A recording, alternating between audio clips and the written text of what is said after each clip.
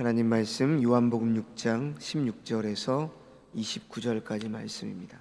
어제 우리는 오병이어의 표적을 살펴보았습니다. 빈들에서 물고기 2마리와 보리떡 5개로 5,000명을 먹이신 이 사건은 단순한 기적이 아니었습니다. 그것은 예수님께서 구약에 예언된 그 선지자이시고 생명의 떡을 주시는 하나님이시다, 이 사건을 보여주는 표적이었습니다. 그러나 이 표적을 경험한 무리들의 반응은 어떠했죠? 그들은 예수님을 자신들의 배고픔을 해결해 줄 정치적 메시아이자 경제적 해결사로만 보았던 것이죠. 그들은 예수님을 억지로 잡아서 임금을 삼으려고 했다, 이렇게 말씀하고 있습니다. 이러한 군중들의 열광은 겉보기에는 믿음 같아 보이지만 실상은 예수님의 진정한 본체를 전혀 알지 못하는 오해에서 비롯된 것이었죠. 자, 오늘 본문은 바로 이 오병이어 사건 직후에 일어난 두 사건을 다루고 있습니다. 첫 번째는 제자들에게 바다 위를 걸어오시며 자신의 신성, 즉 하나님 되심을 드러내신 사건, 16절에서 21절 말씀이죠. 그리고 두 번째는 22절에서 29절까지 그 다음날 가버나움까지 쫓아온 무리들에게 참된 하나님의 일이 무엇인가를 가르치신 사건, 이렇게 두 가지로 말씀을 드릴 수가 있습니다. 그래서 오늘 본문의 흐름을 아주 명확해요. 우리는 16절에서 21절 말씀을 통해서 예수님은 과연 누구신가? 이 질문에 대해서 그분은 바다를 밟으시는 하나님이시다 라는 답을 얻게 될 것입니다. 그리고 이어지는 22절에서 29절을 통해서는 그렇다면 그 하나님 앞에서 우리가 해야 될 하나님의 일은 무엇인가? 라고 하는 질문에 대해서 보내신 이를 믿는 것이다 라는 주님의 답을 듣게 될 것입니다. 자, 먼저 16절에서 21절을 통해서 제자들에게만 특별히 계시된 예수님의 모습을 우리가 한번 살펴보겠습니다. 자, 16절을 보시면요, 날이 저물었다, 이렇게 기록하고 있죠. 제자들은 배를 타고 바다를 건너서 가버나움으로 향합니다. 그런데 성경은 이 상황을 매우 암울하게 묘사를 하고 있습니다. 17절 말씀을 보시면 이미 어두웠고 예수는 아직 저희에게 오시지 아니하셨더니, 이렇게 말씀을 하고 있죠. 빛이신 주님이 부재한 상황, 그것이 바로 어둠입니다.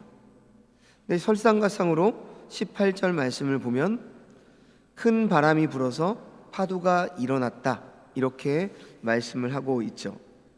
갈릴리 바다는 여러분 제자들의 생업의 터전이었죠.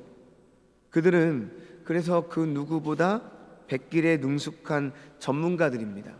하지만 지금 그들의 경험과 기술도 거친 풍랑 앞에서는 무용지물이었습니다. 그들은 10여리쯤, 즉 바다 한가운데까지 나아갔으나 더 이상 전진하지 못한 채 죽음의 공포와 사투를 벌여야 했습니다. 여러분, 이것이 바로 예수님이 없는 우리 인생의 실존을 지금 말씀을 통해서 보여주고 있는 것입니다. 아무리 내가 잘 알고 전문가라 할지라도 스스로 힘으로 인생의 고난을 돌파하려고 할 때 우리는 한계에 부딪힐 수밖에 없다는 것이죠. 그런데 바로 이 절망의 순간에 19절 말씀을 보십시오. 제자들은 예수께서 바다 위로 걸어 배에 가까이 오심을 봅니다. 여러분, 이것은 단순한 기적 이상의 의미가 있습니다. 여러분, 구약 성경에서요, 바다와 물, 이것은요 혼돈과 악의 세력을 상징하는 주요 단어입니다. 그리고 오직 하나님만이 지금 그 바다를 밟으시고 통치하는 분으로 묘사가 되고 있죠. 시편에서도 그리고 구약의 곳곳에 그렇게 말씀을 하고 있습니다. 욥기 9장 8절 말씀을 보시면 하나님에 대해서 이렇게 묘사를 합니다. 그가 홀로 하늘을 펴시며 바다 물결을 밟으시며, 이렇게 기록을 하고 있습니다. 그래서요, 지금 예수님께서 바다 위를 걸어오신다, 단순한 그런 의미가 아니라 오병이어의 기적을 행하신 이분이 단순히 떡을 만들어주는 선지자가 아니라 지금 천지 만물을 창조하시고 다스리시는 성자 하나님이심을 제자들에게 시청각적으로 계시하고 있는 것이죠. 그러나 제자들은 처음에 알아보지 못했습니다. 19절 하반절을 보면 어떻게 말씀하죠? 가까이 오심을 보고 두려워하거늘, 이렇게 기록하고 있죠. 마태복음과 마가복음의 병행 구조를 보시면요, 이들은 심지어 그들은 예수님을 보면서 유령인가 하며 공포에 떨었다, 이렇게 기록을 하고 있어요. 그러니까 그들은 아직 예수님이 누구신지 온전히 깨닫지 못한 상태였습니다. 공포에 질린 제자들에게 주님은 이제 20절에서 이렇게 말씀하시죠. 내니 두려워 말라. 여기서 내니라고 하는 이 표현은요, 헬라어로 에고에이미입니다.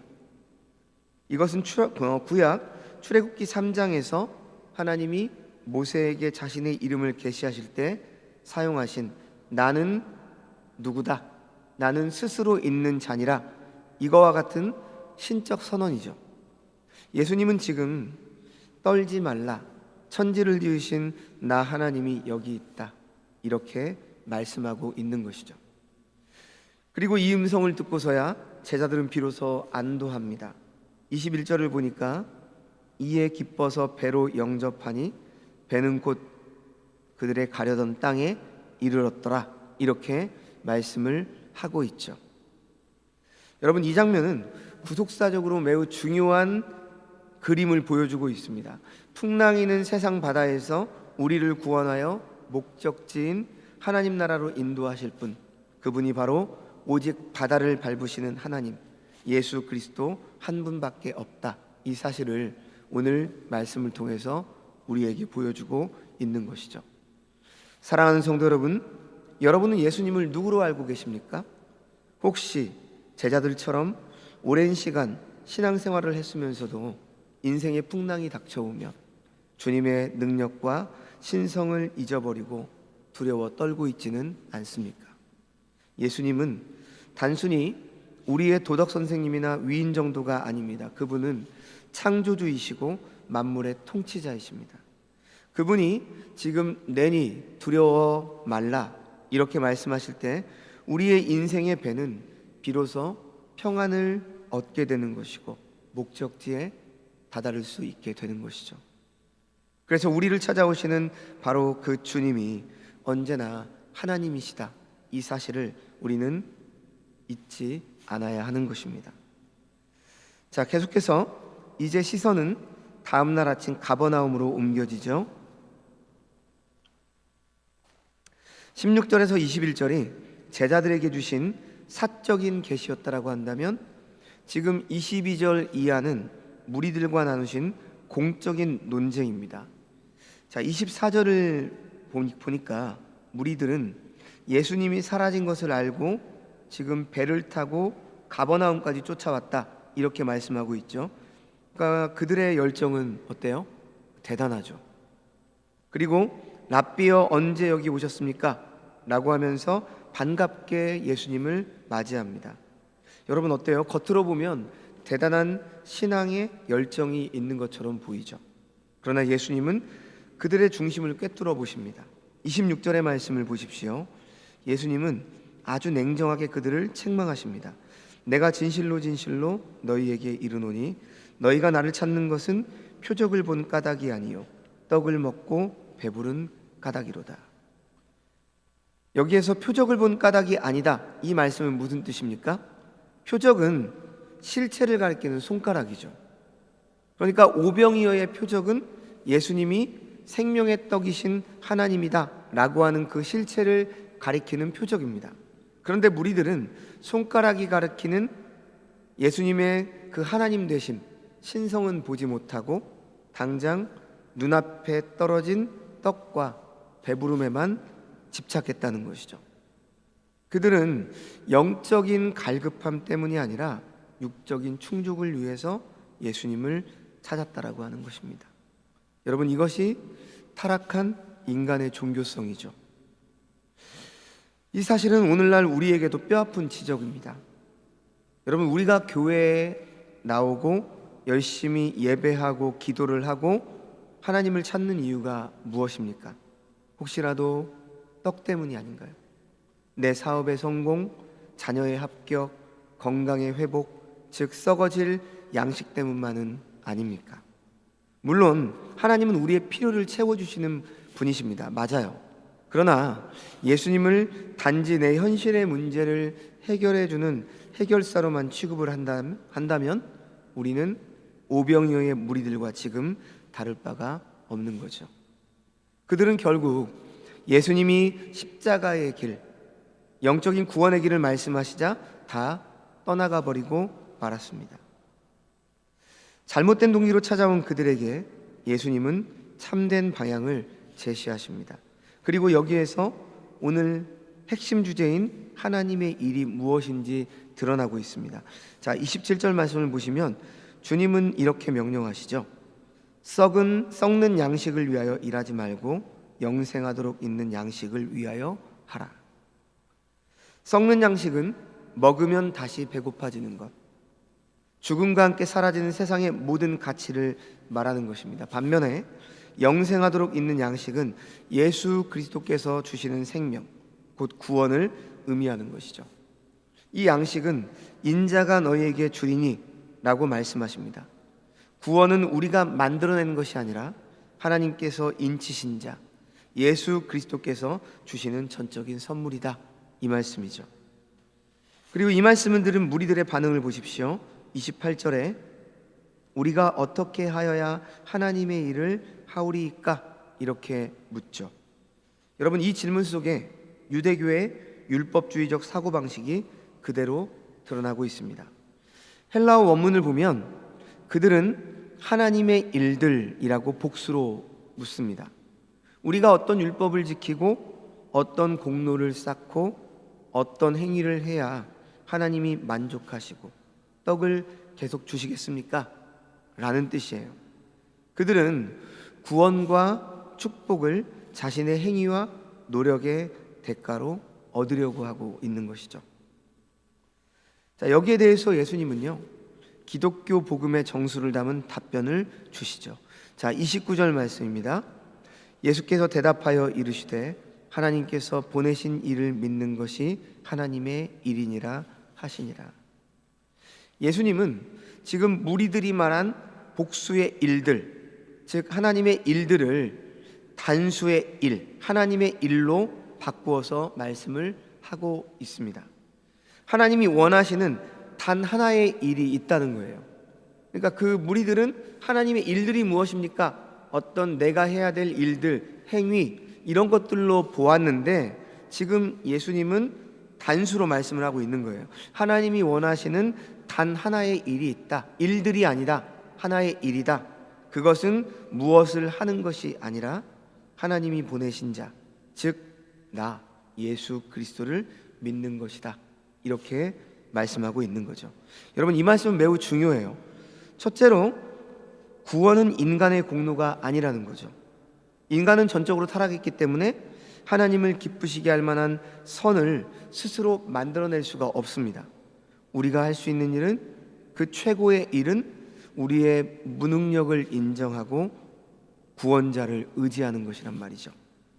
자, 두 번째로 믿음은 수단이자 선물이라는 것이죠. 믿는 것이 일이다라고 하는 말은 믿음 자체가 공로라는 뜻이 아닙니다. 하나님께서 마련하신 구원의 길, 즉 언약의 중보자이신 예수 그리스도를 받아들이는 것, 그것이 하나님이 가장 기뻐하시는 뜻이라는 것이죠. 바다 위를 걸어오신 그 전능하신 하나님, 오병이어를 베푸신 그 생명의 주님을 나의 구주, 나의 하나님으로 신뢰하고 영접하는 것, 여러분, 이것이 바로 성도가 해야 될 가장 유일하고도 가장 위대한 하나님의 일입니다. 내 인생에 찾아오신 그분이 하나님이시다. 그리고 하나님은 바로 우리의 인생의 주인이시다. 이것을 신뢰하고 영접하는 것이죠.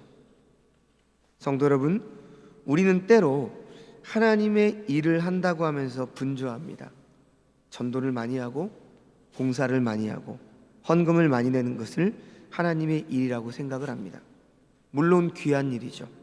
그러나 그 내면에 예수 그리스도에 대한 온전한 믿음과 신뢰가 없다면 그것은 결국 자기 의를 쌓는 인간의 일이 될 뿐이라는 것이죠.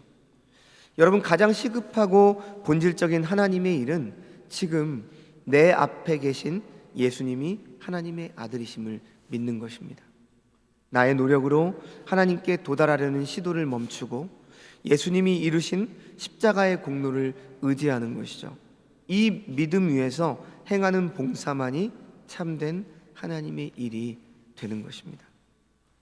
자, 말씀을 정리하죠.